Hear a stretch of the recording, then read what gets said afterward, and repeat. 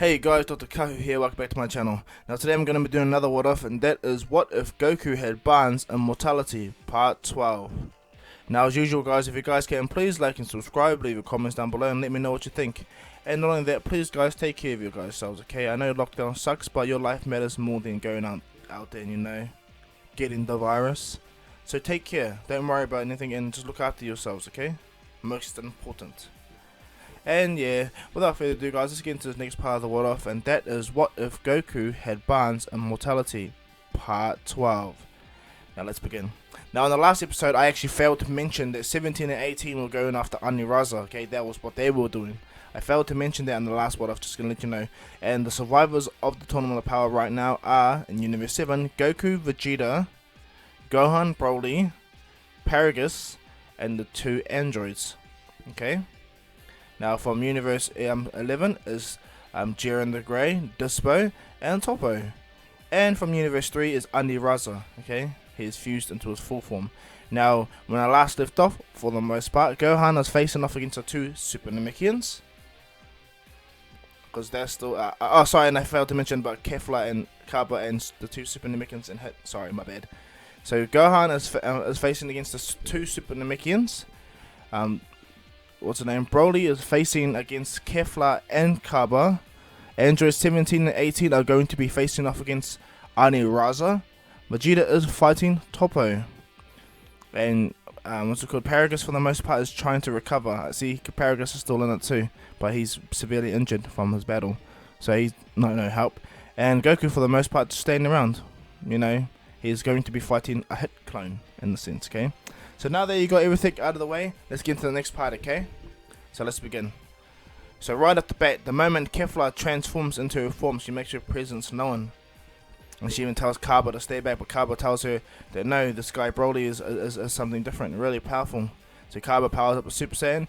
At first Kefla is about to diss him, but then Broly tells him, well, please don't disappoint me. I've trained a long time for this. Broly powers up and he goes, let's see what you got, legendary Super Saiyan.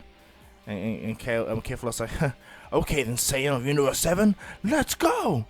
She powers up into straight Super Saiyan, and Broly goes to his Super Saiyan, and they for the most part start to battle all out. Their battle is immense. Their battle is so structurally overpowered that in the heat of their battle, Broly accidentally hits Kaba too hard and he sends him out of the ring. But that's not the only thing, he accidentally also lashes out a little bit too much while fighting Kefla and forces Paragus out. Paragus gets forced out too, even though he was injured. He got forced out. So Kaba and Paragus out, and Kefla and Broly are going at it. You know, 2 legendary Super Saiyans, one fusion, and the other one just awesome. They're battling out non-stop. Broly getting stronger, slowly losing control, and Kefla for the most part is getting stronger as well. And not only that, just like how Caulifla instinctively powered up the Super Saiyan 2 when fighting her sister Kale in canon, or in the anime anyway. She instinctively goes to Super Saiyan 2 while fighting Broly and instantly puts him on the back end, okay? Pushing him back, and she's being cocky about her power. And as this is all going down, Hit is trying to fight Jiren and Goku, trying to get between them, trying to get one of them with his time-space barrier. But Goku, whenever Hit tries to hit Goku, it completely misses him. He doesn't get nowhere with Goku. Goku easily either dodges him or catches his punch and injures him. So Hit, for the most part, tries his best to stay away from Goku. And so what he does is he goes after Jiren, and that's also a wrong thing to do. But as he fights Jiren, their fight for the most part is quite spectacular, and he does get Jiren into a time-space bubble. But he tries the same thing with Goku as well, with this time-space duplicate. So both his time-space duplicate and himself hold Jiren and Goku in a time bubble. And just like in canon, Jiren breaks out just by moving himself, you know, flexing his body. But Goku just breathes inwards, easy as, looking right at Hit. And he smiles, and then what happens is that smile turns into a concern when Goku looks over. He's still in the time space barrier, and looks over and sees Broly starting to lose it, you know. And so as Goku's watching this and Jiren's about to take a hit, Gohan's fighting the 2 Super Namekians, and they for the most part are doing quite well. They kind of disrespect Piccolo, which pisses Gohan off, and he don't like that at all. Like Gohan destroys them and smashes them up, which forces both of them to fuse into one Ultimate Namekian, which is even more powerful. But Gohan smiles. This Ultimate Namekian is really powerful now, like really powerful. So Gohan smiles and goes, thank you for this opportunity. Instantly begins to power himself down. Gohan closes his eyes. and he opens his eyes. As he opens his eyes begin to flare red. His hair, a red aura begins to wrap around him, and his hair turns into what? Super Saiyan God. Gohan goes into a Super Saiyan God state, powers up his most greatest attack and shoots it at them, and it takes out the Ultimate Namekian. But what happens is the Ultimate Namekian, before he leaves, before he gets almost flung out the ring, he's about to, he grabs Gohan's leg and pulls him too. And even though the Ultimate Namekian is taken out, so was Gohan. So Gohan is gone now. Now all that's left is Broly, Vegeta, Goku, and the androids. Now speaking of the androids, okay. So just understand, he's still in the fight. Okay, he hasn't been wiped out yet. But speaking of the androids, they begin their fight with Aniraza, and right from the get-go, they realize that this is a way difficult, more fight. Aniraza's too powerful. Like, yeah, the androids have unlimited energy, but Aniraza can punch through time-space. You know, and Android 17 and 18 have to anticipate this. So as 18 is looking and seeing Broly getting angry and losing it, she's concerned, but she's too also concerned with getting crushed by Aniraza's fist. So as they're fighting, Goku sees what he needs to do. He knows what he needs to do. So Goku instantly breaks out a hits time space attack, and Goku goes straight for Aniraza. And as Aniraza uses his time space ability to punch 18 out of the ring, and is about to end 17, Goku appears out of nowhere and punches Aniraza right in the middle of his giant dome, or the giant drill on his head, cracks it. And the Goku powers up a big ass one-handed Kamehameha, which hits Aniraza, and Aniraza, instead of falling out of the ring, his wings direct him into the pillar, which makes him fall into the ring, which sends debris everywhere. And it kind of gets into the way of Kefla and Broly's fight. Vegeta and Toppo are just fighting their own, like they're all going at it non-stop. And right as the point where Goku drops Aniraza, hit gets taken out by Jiren. One clean punch by Jiren sends Hit flying. And he's out now. All that's left from Universe 6 is Kefla. And so what happens is, as they go on, now Dispo for the most part is very powerful. I failed to mention him. I did say the android were fighting him, but I actually am going to change that. Dispo was in a sense waiting in the wings to know when to come in. And when he sees that Jiren has taken out what's it called? Hit.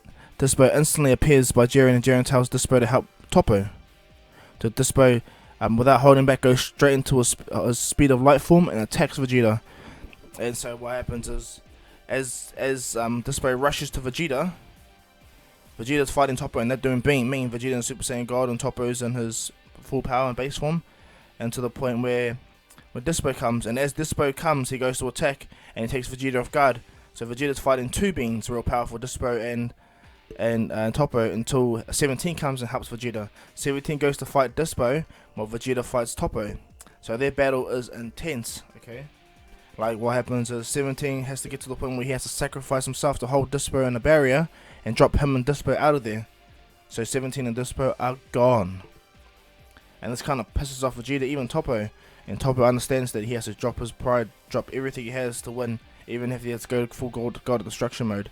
So as Goku is about to go and fight Jiren, Toppo releases his full power and becomes God of Destruction Toppo. And right at that very moment, Kefla has gone to her full power out of control form, where she puts all her power into shooting laser beams. And this is not good, especially for Broly. Broly does not have Ultra Instinct like Goku did, okay? So he gets injured by these laser beams. Badly injured. Now, yeah, he's powerful, and I will give him that, but these attacks were dangerous. Even Vados and Whis explained that these laser beams that Kefla will bring out will kill people. So when Broly gets hit by these attacks, he actually gets severely injured on his arms and legs. And just before Kefla is about to end Broly thinks about everything in his life. Thinks about the life that he used to have on planet Vampire with Ba, and the new life he got given from Goku, his adopted dad, his mother Chi-Chi, and his brother Gohan. And now that he has a daughter Marin with 18's gone, and his brother has a daughter as well, Pan. This really gets to Broly, to the point where Broly, like his right arm is completely injured. Broly's really badly injured, and when Kefla's about to finish off Broly just snaps for the last time. He instantly erupts into massive legendary Super Saiyan state. His power goes way beyond he ever had before. As he's raging out, he grabs Kefla with the last of his hands, last of his energy. He rushes Kefla out and he does like a detonating attack, which takes both of them out of the ring. Broly completely destroys the ring, that part of the ring that they're on, and Broly and Kefla get taken out. Broly hits the ground and Kefla breaks into Caulifla and Kale, and just like that, Universe 6 is gone. Now when Aniraza gets back up and sees everything that's happened, he goes to try to help. He goes to try to attack Goku again. Sorry for Goku attacking him. And what happens is Goku appears in front of Aniraza, and what ends up happening is Jiren also appears by Aniraza. And Goku and Jiren both look at each other without saying a word. Jiren appears on the other side of Aniraza, and Goku appears on also another side of Aniraza. Jiren powers up his hand attack. It hits Aniraza, which injures his body from a distance. And Goku body for pretty much instantaneous moves to Aniraza and punches him right in the face again, sending him flying. And then both Goku and Jiren do a one-handed key blast to send Aniraza out. He's gone. Universe 3's gone. Universe 6's gone. Now all that's left is Vegeta and 17 versus Dispo and Toppo, or God of Destruction. Dispo and 17. Sorry. So all that's left is God of Destruction, Toppo versus Vegeta, and Jiren versus Goku. And so as Goku and Jiren, but they were going to begin their fight, but they realized that this is a much more entertaining fight to watch Vegeta and Toppo fight. Goku and Jiren both know that they're at the top of the pecking order, but on the universe scales, so they understood that they were going to be the last ones left. So for the most part, Goku and Jiren stand on top of the time pillar, and Zeno's happy about this. He knows. Zeno knows that Goku and Jiren are the strongest, so it's pretty cool how they are. Just looking down and, for the most part, having that sense of respect in any case anyway. And as they're watching, Jiren explains that Toppo has given up his whole bounds and duties, he's fully become God of Destruction. And this is taking Vegeta by surprise. Toppo's even way more powerful now, and this is pushing Vegeta back. But Vegeta knows that he can't hold back no more. He's been holding back long enough, and Toppo is his worthy opponent. If he can't beat Lord Beerus like this straight away, then who can he beat? So Vegeta instantly stops it, powers up straight to Primal Super Saiyan, and then stacks Primal Super Saiyan God on top, and then one more after that stacks Primal Super Saiyan Blue on top of it, and instantly begins to battle Toppo. And this takes Jiren by surprise, seeing Vegeta increase his power so much. Even Beerus is shocked. It's like, Vegeta is this strong? Incredible. Which like, yeah, he's almost stronger than you, Beerus. You better watch out. Because if he finds out that you're the one that told Frieza to destroy, Beerus is like, shut up, Whis! God, they'll only know if you keep talking about it. And we say, sorry about that. And Vegeta's going ape at Toppo to the point where Vegeta erupts his entire body, like in canon. But this is a way more bigger eruption. And Goku and Jiren can see this. And so what happens, instead of Vegeta just erupting and chucking an attack right at Toppo, Vegeta rushes at Toppo, grabs him, clenches his body, and begins to power up the attack, which detonates and destroys the entire area. Now, Vegeta would have stayed in, but the ring that he was standing on also got destroyed. So he fell with Toppo, but he still took out a God of Destruction, and Vegeta's happy about that. And so what happens is, Jiren and Goku, for the most part, have barely any ring to stand on. They got the timing pillar to stand on, but for the most part, yeah, the ring's destroyed. So the Grand Priest just waves his hand and the ring gets repaired. But the Grand Priest leaves all the old rubble of the old stage everywhere, so Goku and them can use that rubble too to get around the old stage, if you get what I mean. So as Goku and Jiren begin to square off, Jiren tells Goku that he's been waiting for this for a while.